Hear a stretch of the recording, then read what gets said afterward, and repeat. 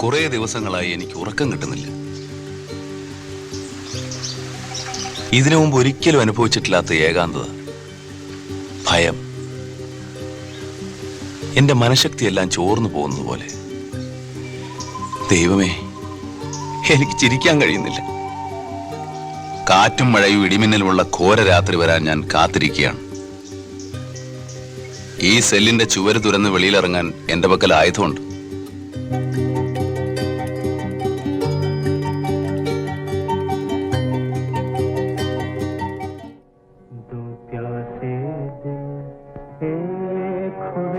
ആ എഴുത്തുകാരൻ്റെ മനസ്സിൽ എങ്ങനെയാണ് ഈ വീട്ടിലെ ഈ ചെറിയ ചെറിയ സംഭവങ്ങൾ പ്രതിഫലിക്കുന്നത് എന്ന് ഒരു ആടിനെ സാക്ഷി നിർത്തിക്കൊണ്ട് കാണിച്ചു തരികയാണ് ബഷീർ ചെയ്യുന്നത്.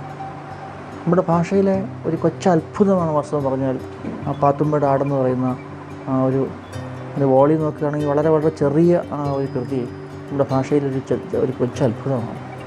അദ്ദേഹം ജീവിച്ചിരിക്കുന്ന കാര്യത്തിൽ ഐതിഹ്യമായിട്ട് മാറി. ഒരു ലിവിങ് ലെജൻഡ് എന്നൊക്കെ പറയുന്ന പോലെ ഒരു പരിവേഷം അദ്ദേഹത്തെ ചൂടുന്ന എല്ലാ കാലത്തും ഉണ്ടായിരുന്നു. ബഷീർ എന്ന വ്യക്തിക്ക് കൈവന്ന ഈ ഒരു ഐതിഹ്യ സമാനമായ ഒരു പരിവേഷം എനിക്ക് തോന്നുന്നു അദ്ദേഹത്തിൻ്റെ ഒരു എഴുത്തിൻ്റെ സ്വഭാവത്തിൽ നിന്ന് കൂടി ഊറിക്കൂടിയ ഒന്നാണെന്ന്. തൻ്റെ കാലഘട്ടത്തിലെ പ്രധാനപ്പെട്ട പല നോവലിസ്റ്റുകളിൽ നിന്നും കഥാകൃത്തുക്കളിൽ നിന്നും ബഷീർ വിഭിന്നനായിരുന്നു. ഒരുതരം ഇന്ദ്രജാലം.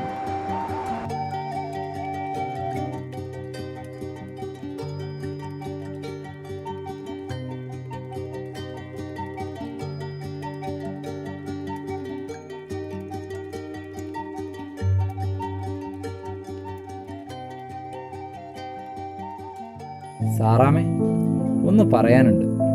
പ്രേമത്തെക്കുറിച്ച് പുതിയത് വല്ലതും പറയാനാണെങ്കിൽ ഞാനത് കേട്ട് മടുത്തു.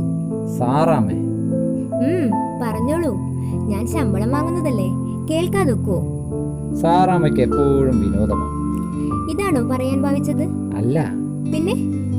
സാറാമയും എൻ്റെ കൂടെ വരണം. എനിക്ക് അവിടെ പോയി ഒറ്റയ്ക്ക് താമസിക്കാൻ വയ്യ. ആഹാ, ഭയമാണോ? സാറാമേ, ഞാൻ സാറാമയെ സ്നേഹി. സാറാമ്മയെ സ്നേഹി ഇത് 1,00,000 തവണ പറഞ്ഞിട്ടുള്ളതല്ലേ. ഈ സ്നേഹം എന്ന് പറയുന്നത് എന്താ? സ്നേഹം, പ്രേമം എന്നൊക്കെ പറയുന്നത് അതൊരുമാതിരി നിലാവെളിച്ചം പോലെയാണ്. മധുര സുന്ദര സുരവിലമായ നിലാവെളിച്ചമാകുന്നു പ്രേമം.